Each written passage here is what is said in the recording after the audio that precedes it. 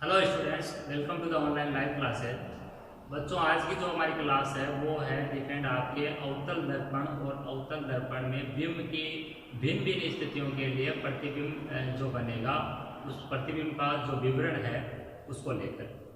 तो देखिए, सबसे पहले हम स्थितियां समझते हैं कि जो उत्तल और अवतल जो बच्चों, इसमें आपको याद क्या रखना है, टेबल में याद रखने के लिए आपको सिखाऊंगा कि उत्तल और अवतल में उत्तल नाम छोटा है, अवतल नाम बड़ा है। तो आपको याद रखना है कि अवतल दर्पण से जो बिंब की विभिन्न स्थितियों के लिए प्रतिबिंब का निर्माण होगा उसकी स्थितियां भी ज्यादा होगी, और उत्तल नाम छोटा है तो उसकी 2 स्थितियां हम लेंगे, जबकि अवतल नाम बड़ा है तो उसकी 6 स्थितियों को हम टोटल यहाँ पर डील करने जा रहे हैं। तो सबसे पहले हम अवतल दर्पण के लिए टेबल बनाते हैं। तो हमारी हेडिंग है आज की अवतल दर्पण द्वारा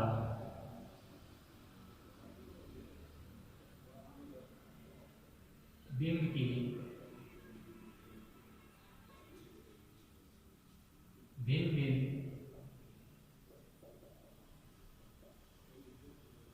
स्थितियों के लिए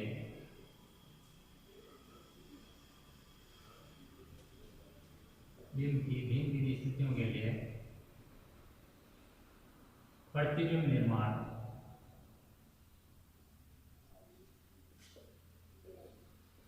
का विवरण, प्रतिबिंब निर्माण का विवरण। टेबल में आपको जो चीजें लिखनी है वो आपकी सबसे पहले लिखना आपको बिंब की स्थिति। बिंब का मतलब होता है बच्चों यहाँ पर वस्तु, ऑब्जेक्ट जो हम लेंगे, बिंब की स्थिति। सेकेंड आपकी होगी प्रतिबिंब की स्थिति, यानी जो बिंब से आपका प्रतिबिंब जो आपका दर्पण से बनेगा उसकी स्थिति क्या बनेगी, बिंब की स्थिति, प्रतिबिंब की स्थिति। थर्ड जो होगा आपका टेबल में वो होगा आपका कॉलम, प्रतिबिंब का स्वरूप। और लास्ट जो होगा आपका वो है प्रतिबिंब का आकार, कि प्रतिबिंब का आकार कैसा बना।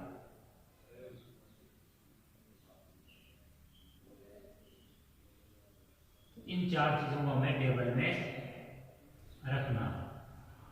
अब देखिए बच्चों कि जब भी हम दर्पण की बात करें चाहे लेंस की बात करें, हमारे जो वस्तु होती है बच्चों, शुरू में हम उसको कहां पर मानते हैं, अनंत पर। ऐसे समझे, मान लीजिए आपका अवतल दर्पण यानी जो हिस्सा आपका जो धसा हुआ होगा वो आपके सामने रहेगा, वो आपके आंखों के सामने रहेगा। वो धसा हिस्सा दूसरी वाली साइड क्या रहेगी, पॉलिश की हुई, पॉलिश आपकी सिल्वर की पॉलिश की हुई रहेगी दर्पण में। एक साइड जो आपका हिस्सा जो आपके सामने रहेगा नजरों के, वो आपका जो होगा वो परावर्तन का काम करेगा।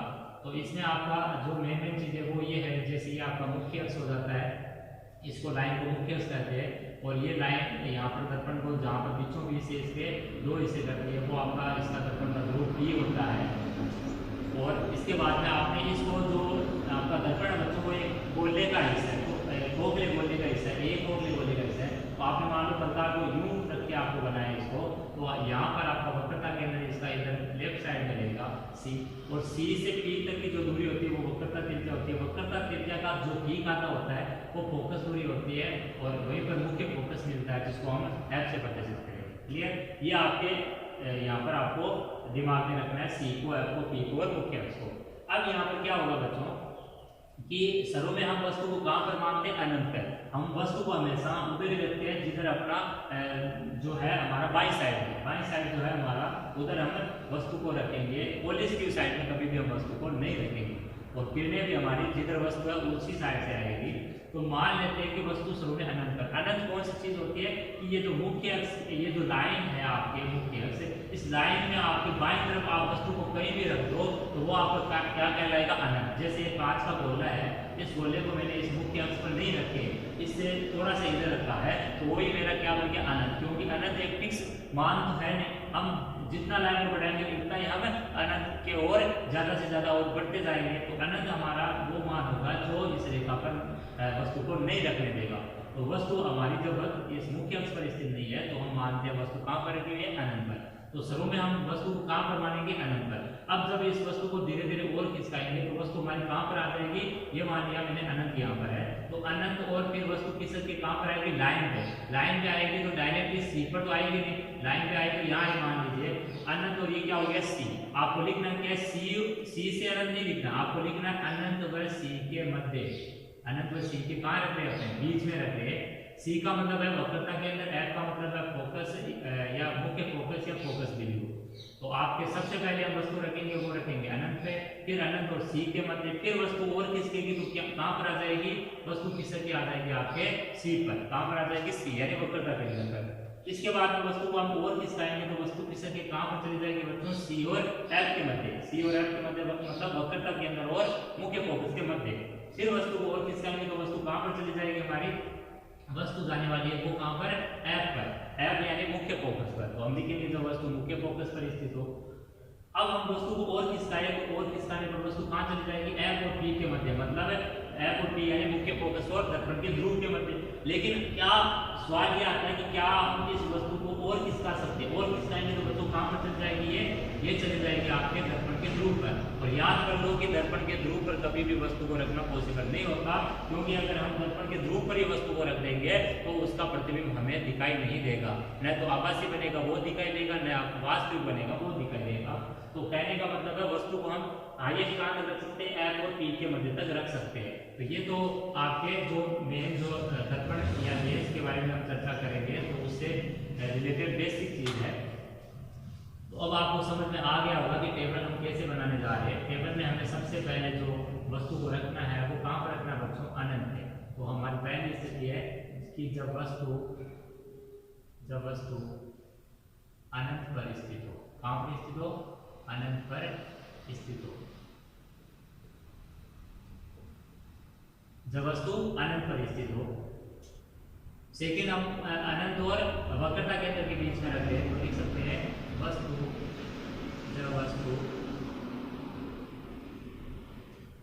जब वस्तु अनंत, ये भी आपका अनंत है, नाम में भी लिख सकते हो, ऐसे लिख सकते हो, जब वस्तु अनंत व वक्रता केंद्र सी के मध्य हो, किसके बीच में हो, अनंत और वक्रता केंद्र सी के मध्य हो। एक नंबर है हमारा जब वस्तु अनंत पर हो, दो नंबर है जब वस्तु अनंत और एक क्रम संख्या लगा सकते हो आप यहाँ क्रम संख्या, अनंत और वक्रता केंद्र के मध्य हो। थर्ड है आपका और किसका है, वस्तु कहां पर चलेगी, वक्रता केंद्र, जब वस्तु सी पर स्थित हो, सी का मतलब है वक्रता केंद्र पर स्थित हो। फोर्थ पॉइंट है आपका कि सी से हमने और किसका है तो सी और कहां पर चलेगी, एफ के मध्य। तो लिख सकते हो जब वस्तु सी व एफ के मध्य स्थित हो। इसके बाद में पांचवी स्थिति बनेगी बच्चों कि सी से और किसका है तो कहां पर चलेगी वस्तु, एफ पर, जब वस्तु एफ पर स्थित हो। और लास्ट जो स्थिति बनेगी बच्चों वो है आपके 6 नंबर, वो है क्योंकि अवतल मैंने बताया था कि अवतल नाम बड़ा तो इसकी टेबल भी ज्यादा होगी, उसमें ज्यादा चीजें हमें यहाँ पर एक्सप्लेन करनी होगी। अब हम एफ से बाद में और बढ़ेंगे, एफ से परे जाएंगे तो एफ और पी के मध्य आ जाएंगे। तो लिख सकते हैं कि जब वस्तु एफ व पी के मध्य स्थित हो, कहाँ पर स्थित हो, एफ व पी के मध्य स्थित हो। ये 6 स्थितियां हमें टेबल में भी देखनी है, उनको किरण चित्र बना के भी समझना पड़ेगा।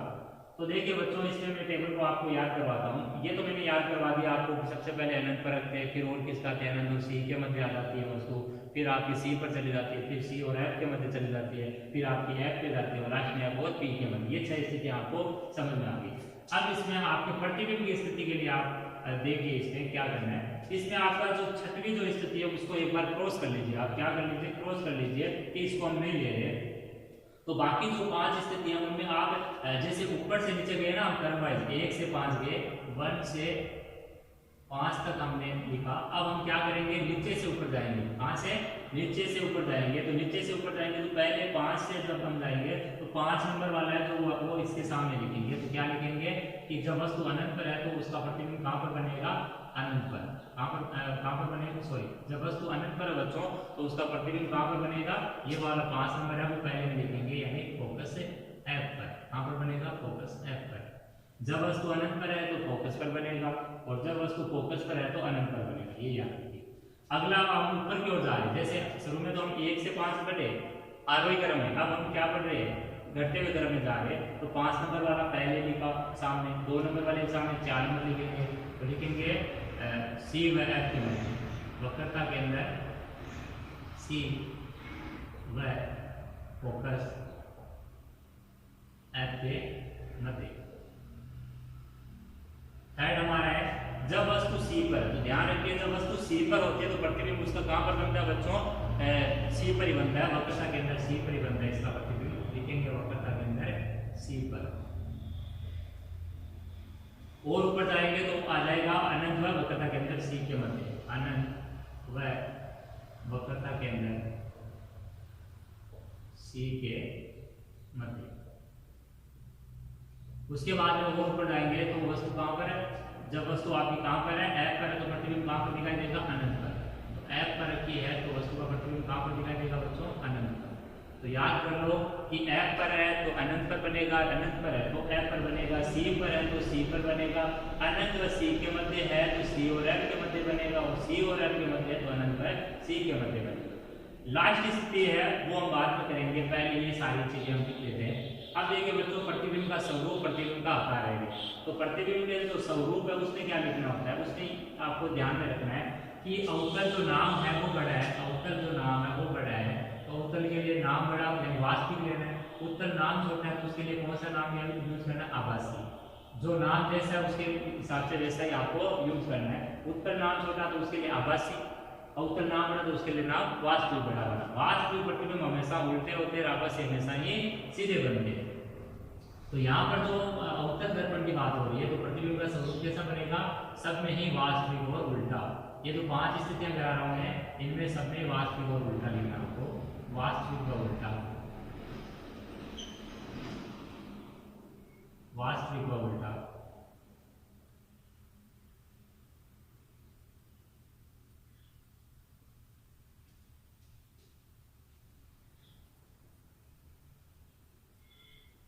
ये अगर टेबल आप पेन से बनाते हो तो इसमें कांट छांट नहीं होनी चाहिए, ध्यान रखिए आप, वरना आप पेंसिल से बना सकते हो। अनंत पर है इसका भी वास्तविक और उल्टा। प्रतिबिंब स्वरूप हमने जान लिया, अब हम बात करते हैं प्रतिबिंब के आकार की।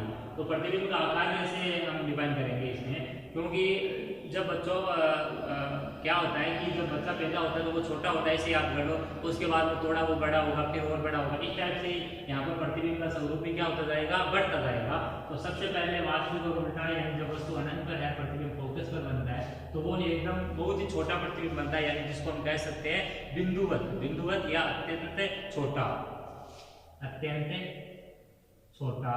कोष्ठक में लिख देना आप बिंदुवत, बिंदुवत, बिंदुवत का मतलब हो गया बिंदु के आकार का, बिंदु के समान। अगला अब देखिए बच्चों, जब छोटा अत्यंत छोटा तो उससे थोड़ा सा बड़ा होगा, तो उससे बड़ा होगा तो यानी वस्तु से छोटा होगा, तो वस्तु से छोटा, इसमें हमें लिखना है वस्तु के आकार से छोटा या वस्तु से छोटा। इसमें सी पर है तो सी पर ही बना, इसका मतलब है वस्तु के आकार के बराबर। कैसा बनेगा, वस्तु के आकार के बराबर। चौथा है आपका सी व एफ के मध्य है तो इसमें आपका आकार बराबर हो गया। अब बढ़ेगा आकार तो आपको लिखना है वस्तु के आकार से बड़ा, वस्तु के आकार से बड़ा। और लास्ट जो है आपका 5 नंबर, उसमें आपका वस्तु के आकार से तो बड़ा है 4 नंबर में, लेकिन अगले में भी और बड़ा हो, बड़े से भी और बड़ी चीज को क्या कहेंगे, बहुत बड़ी। तो हमें लिखना होगा वस्तु के आकार से बहुत बड़ा, वस्तु के आकार से बहुत बड़ा।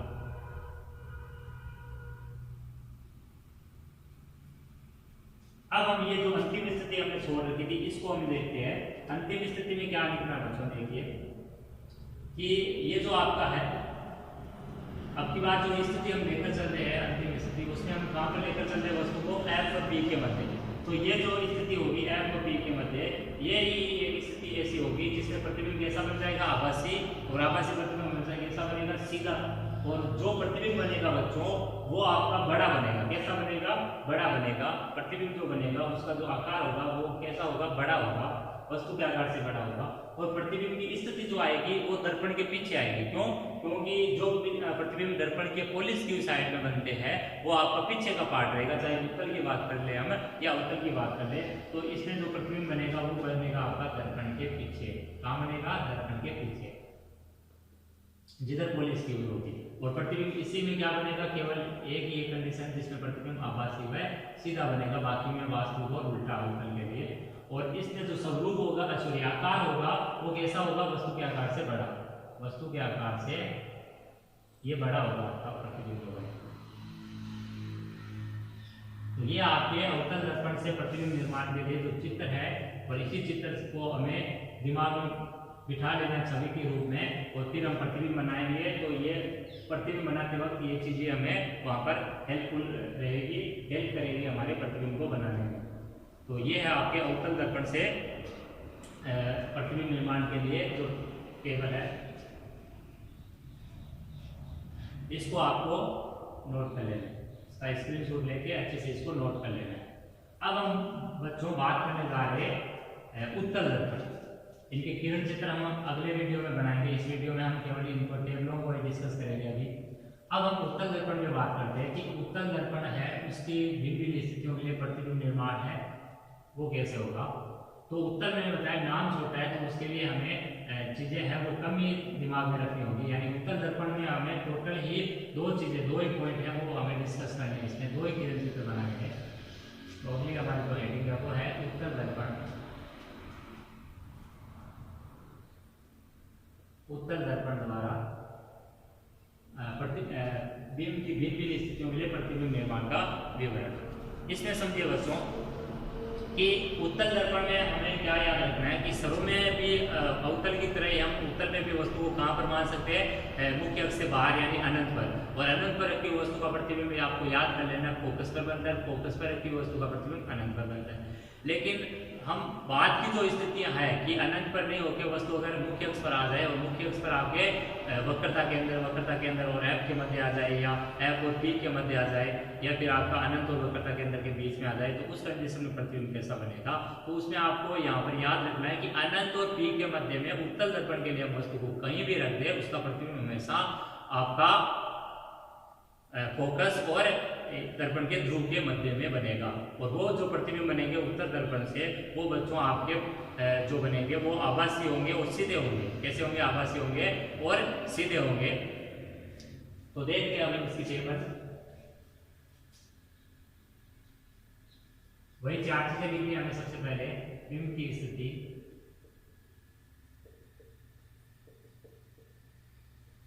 नेक्स्ट है प्रतिबिंब की स्थिति,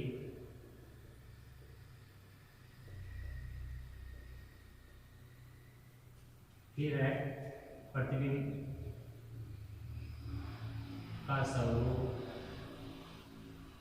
और लास्ट हमारा जो कॉलम है वो है प्रतिबिंब का आकार।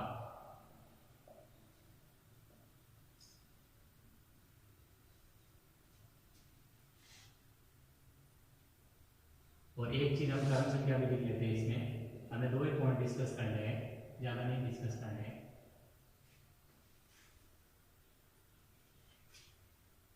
पहला पॉइंट है हमारा कि जब वस्तु कहां पर रखी हो बच्चों? अनंत पर। और अनंत पर रखी हो तो वस्तु का प्रतिबिंब कहां पर बनेगा? फोकस पर बनेगा।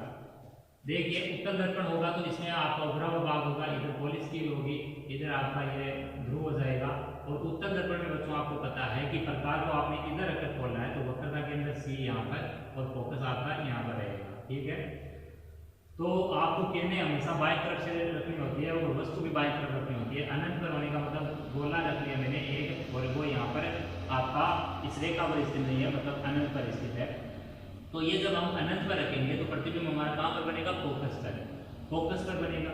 वही अगर हम इसको और किसका पे जाएंगे और किसका कि हमें यहाँ पर पॉइंट ही नहीं पता है सी और एफ, क्योंकि सी और एफ उत्तल दर्पण में उधर रहेंगे तो हम लिख ही नहीं सकते कि किधर रख रहे। तो हम डायरेक्टली कह सकते हैं जब वस्तु अनंत और पी के मध्य होगी तो प्रतिबिंब कहाँ बनेगा? पी और एफ के मध्य बनेगा हमेशा ही। आप किधर भी रख लो, अनंत और पी के मध्य में कहीं भी रख लो, प्रतिबिंब पी और एफ के मध्य में बनेगा।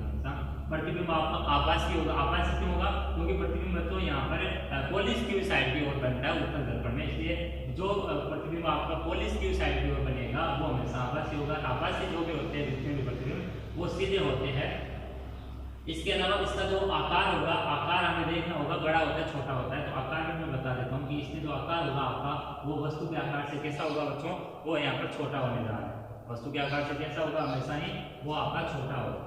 तो उत्तल दर्पण है उसका यूज भी वही होता है जहाँ पर हमें चीज़ों को छोटा करके देखना होता है, और जहाँ बड़ा करके देखना होता है वहाँ पर हम अक्सर कौन सा दर्पण काम में लेते हैं, अवतल दर्पण। तो पहले है जब वस्तु अनंत पर स्थित हो, शुरू में जब वस्तु अनंत पर स्थित होगी तब प्रतिबिंब कहाँ पर बनेगा, फोकस F पर। अनंत पर रखी वस्तु का प्रतिबिंब कहाँ पर बनता है, फोकस F पर। प्रतिबिंब का स्वरूप कैसा बनेगा, अभी बताया मैंने। प्रतिबिंब इसमें उत्तल में जो भी बनेंगे वो कैसे होंगे, उत्तल नाम छोटा तो नाम छोटा आभासी, आभासी जो भी होंगे वो सीधे होंगे, आभासी व सीधा।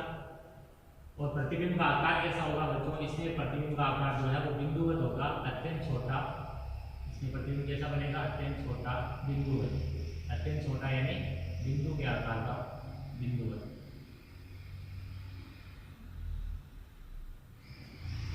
सेकेंड पॉइंट है हमारा कि हमने माना कि जो ये बोला था जो आपका अनंत पर था, अनंत से थोड़ा सा इसको खिसका दे तो अनंत और पी के मध्य में कहीं भी रख दे, क्योंकि हमारे न तो एफ डिफाइंड है इधर और न ही सी डिफाइंड है। तो हम अनंत और पी के मध्य में कहीं भी रखेंगे तो हम लिखेंगे कि नेक्स्ट है जब दूसरा पॉइंट है, जब वस्तु अनंत व ध्रुव पी के मध्य स्थित हो।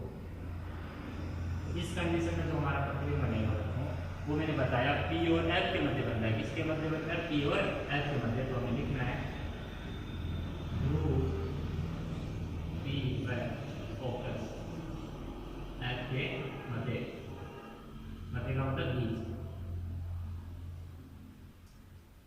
प्रतिबिंब का स्वरूप कैसा होगा, आभासी व सीधा। इसमें भी प्रतिबिंब कैसा बनेगा बच्चों, आभासी व सीधा। और प्रतिबिंब का जो आकार बनेगा वो आपका वस्तु के आकार से कैसा होगा, छोटा। तो हमें लिखना है वस्तु के आकार से छोटा। वस्तु 4 सेंटीमीटर की लेंगे तो वो प्रतिबिंब जो बनेगा वो आपका 4 से छोटा यानी 3 सेंटीमीटर, 2.5 सेंटीमीटर या 2 सेंटीमीटर का बनता है। तो ये आपकी उत्तल दर्पण और अवतल दर्पण से प्रतिबिंब निर्माण की भिन्न भिन्न स्थितियों के लिए टेबल। इनसे हम आगे जो अगला जो सेशन होगा, अगला जो हमारा लेक्चर होगा उसमें हम किरण चित्र बनाएंगे और किरण चित्र बनाकर समझेंगे इन सभी स्थितियों को। तो आज की इस क्लास को यहीं पर विराम देते हैं। धन्यवाद।